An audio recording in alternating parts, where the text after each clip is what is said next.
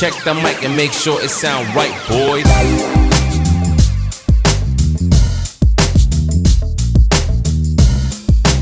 Form for tonight's game against Davao. Mark Meneses getting back, outlet pass. Joseph Terzo with a sidestep. Mintes, Escocio, multiple pump fakes, goes up strong for the basket plus the foul.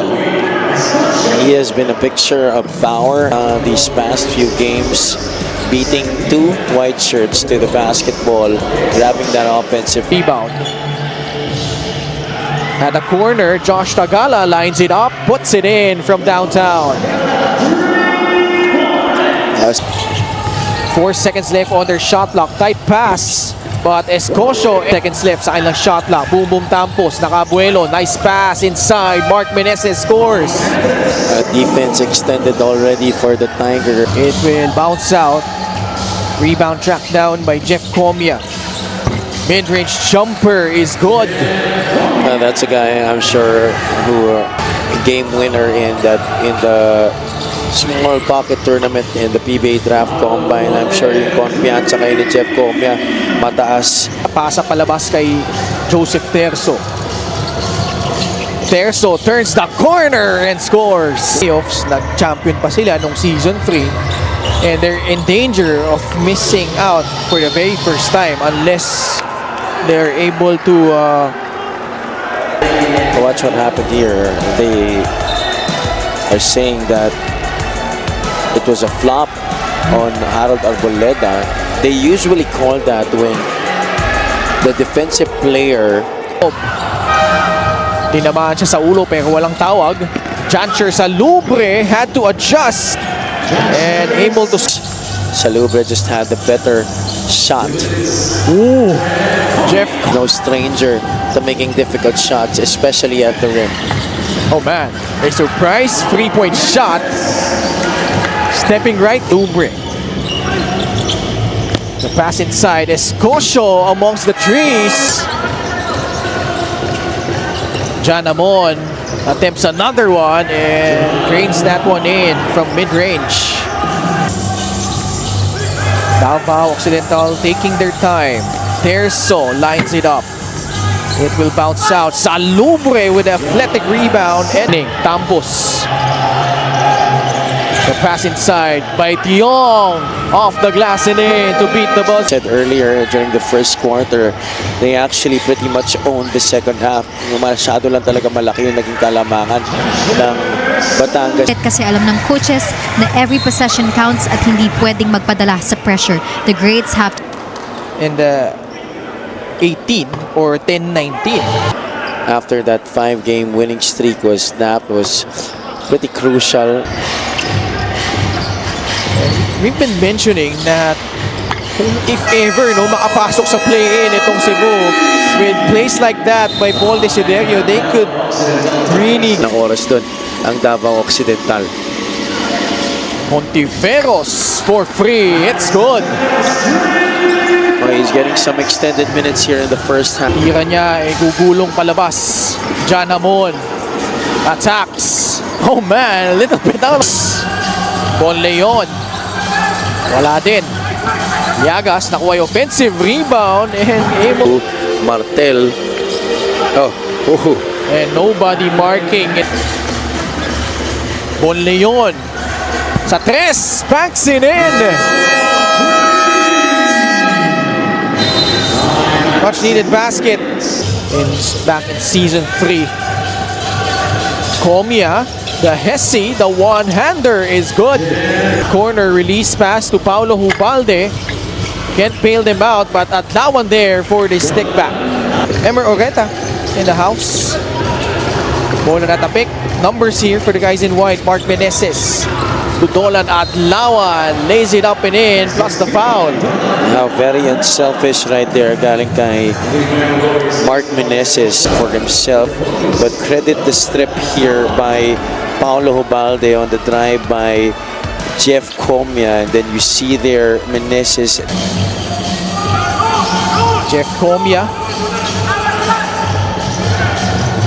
Arboleda to Terzo, skipping it to Jeff Comia, who takes the free and makes it. Well, they move the ball around there. Parang nakapo. Rolling out with a different unit to begin the third period. Paul Desiderio jacks up a free and immediately buries it to cut the lead down to 2. Yeah, a difference in terms of their play on the floor. I think the shots that he made certainly pushed Cebu to have a different match Against Pangasinan. Mark Meneses, his second triple, brings the lead back down to 3-38. Contributed to Tagala shorting that shot. Ooh, that's a terrible pass. Jeff Comia with Meneses trying to track it down. Court, Jeff Comia protecting that basketball while finishing on the other side. That's a good answer for Cebu. Sang off the Hamon catch.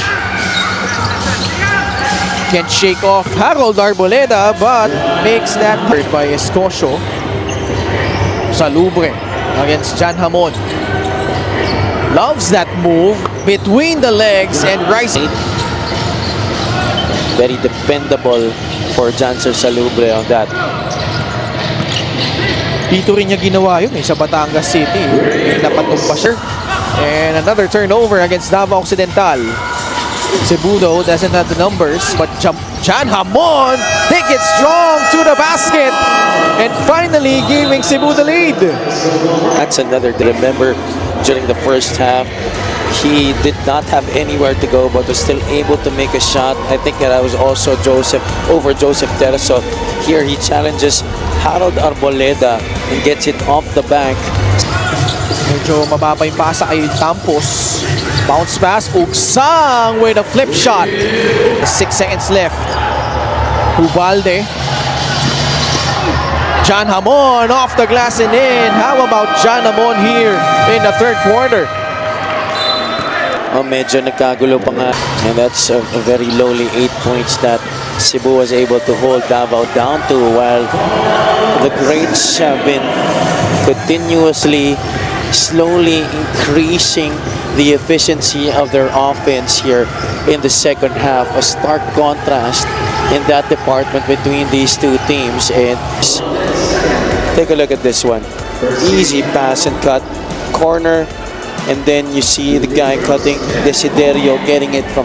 Now, it's Paul Desiderio coming in once again to continue that for the greats in the third quarter. Run by the Cebu Greats. It seems that Cebu is trying to manage the minutes of Paul Desiderio na alam naman they want all hands on deck, and Paul Desiderio is a very important piece of this team.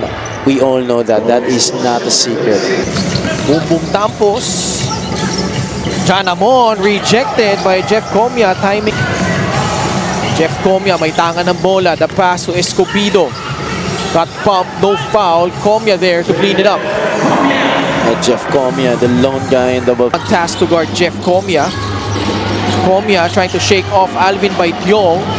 Off the glass, boy, Jeff Comia able to back that one in a better opportunity to score. Instead, they let Davao get back to 5 players, but that doesn't really matter much to Paul Desiderio. Hamstring injury. Paul Desiderio, abante ng 4 ang Cebu. Comia fakes off that pass. He tries a free and makes that one. I've always been a big fan sa labas. And here he is again. Oh my goodness. Nag-imbento ng tira at naipasok ni Jeff Comia. 23 points. And trying Cebu. Fast break the game brought to you by Extreme Cool Air Conditioners. Ang Extreme magpalamig, free installation for split type air conditioners. Oh, he definitely brought the playground to the Batangas City Coliseum here. I thought the All-Star game was already done. That's an All-Star move coming from a spectacular finisher in Jeff Comia. Timeout Cebu dahil lamang na ang ball para mag one-on-one, and that will have Reeve Ugsang also have a guy underneath. Meneses just snatching that one. Another offensive rebound. It puts it on. Back-to-back misses from ice. Tagala in stride. Posting up Reeve Ugsang. Wowie. 2 of 6 ang Cebu. Wowie. Nilawa yung kanya unang free throw. Cebu is 2 out of 6. Itong free throw na ito, din sa ating Extreme Appliances ang what a pass inside. Meneses got held down as he was about to make his move. It was a setup here by Manzo. Everybody was caught ball watching, trying to see what Manso was gonna try to do. The clock was winding down on the 24-second shot clock nitong Cebu, and everybody was anticipating June to take the shot. Nobody noted. Back to Paul Desiderio. Mintes yung kanyang tres. Oh man, 13 points, 12 rebounds, including that putback. Tried to track down his own miss. He does, but the pass broken up. Meneses recovers. Hamon, this time from downtown, no good. Desiderio grabs the board, escapes the defense, and draws a foul. Last 2 minutes of the game. Wow, just big breaks going the way of Cebu. Those 50-50s landing in the hands of a Cebu player each of those 3 times. And the greats at the end of that, having Paul Desiderio go up strong, drawing the foul, and they have a chance to put more cushion on this lead. Defense of Davao Occidental has stalled here in the last couple of minutes of the fourth until that free to tie things up. Obviously so pumped. The show, Terzo pulling up. That time a miss. Salumbre, again that move, and it will roll in. How about Just like how Cebu was fortunate enough to get a lot of those loose balls earlier, ganun din ang nangyari dito sa possession ng Davao. That tap by Jeff Comia getting into the arms of Janser Salubre with that excellent pullback move, which has been his trademark here, leading into that shot. Meneses, I hope he's okay. Manzo naghanap ng papasahan, napunta kay Paul Desiderio, pupukol sa tres. Mintes and Justin Alano with another big rebound. 8.1 seconds remaining. Wow, that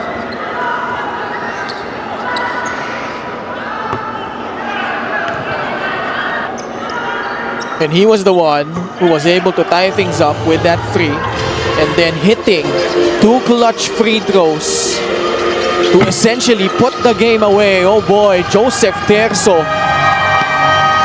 He may not be the high point man here for Davao Occidental, but when it mattered the most. Jeff, congratulations. Napakadikitan at napakainit talaga ng naging laro ninyo. And nakabawi ang Cebu at the end of third quarter at ang dami nyong naging sagutan sa baskets, but you happened at pinigilan mo talaga sila. Kailangan lang namin manalo, kaya ginawa lang namin yung best namin para ma-stop sila, kasi para sa amin crucial yung game, kaya yun lang yung hiling sa amin ng coach namin, na manalo kami ngayong game na to. And your right, statement win nga ito para sa inyong play-in positioning. How will you guys make sure na mas maipapanalo nyo pa ang remaining games ninyo? Tuloy lang din siguro namin yung ginagawa namin, kasi maganda rin naman yung mga pinapractice namin ng mga nakaraan, so na-adapt lang namin siguro sa game na to, kaya ito yung resulta, nanalo kami.